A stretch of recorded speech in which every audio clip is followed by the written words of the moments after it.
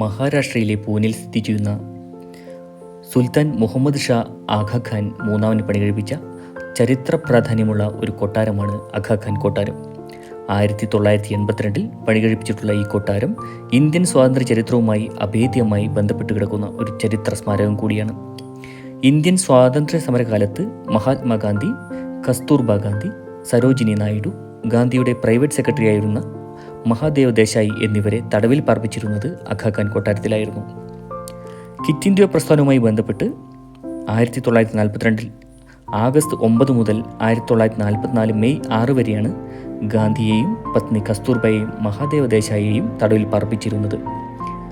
ജയിൽവാസം ആരംഭിച്ച് ദിവസങ്ങൾക്കുള്ളിൽ തന്നെ മഹാദേവ ദേശായി ഹൃദയാഘാതം വന്ന് 1942 ആഗസ്റ്റ് 15 അന്തരിച്ചു. അസുഖബാധിതയായിരുന്ന കസ്തൂർബ 1944 ഫെബ്രുവരി 22 അന്തരിക്കുന്നത്. 1966 ആഗാ ഖാൻ നാലാമൻ ഗാന്ധിയോടും അദ്ദേഹത്തിൻ്റെ തത്വചിന്തയോടുമുള്ള ആദരസൂചകമായി കൊട്ടാരം ഇന്ത്യൻ ജനതയ്ക്ക് ദാനം ചെയ്തു. ഇന്ന് കൊട്ടാരത്തിൽ ഗാന്ധിജിയുടെ ചിതാഭസ്മം സൂക്ഷിച്ചിരിക്കുന്ന ഒരു സ്മാരകമുണ്ട്. അതിമനോഹരമായ വാസ്തുവിദ്യ കൊണ്ട് കൊട്ടാരം കാഴ്ചക്കാരുടെ കണ്ണുകളെ ആകർഷിക്കുന്നു. ആഗാ ഖാൻ പാലസിലെ ഗാന്ധി മ്യൂസിയം 6 ഗാലറികളിലായി ഗാന്ധിയുടെയും മറ്റും നിരവധി പ്രതിമകൾ പ്രദർശിപ്പിച്ചിട്ടുണ്ട്.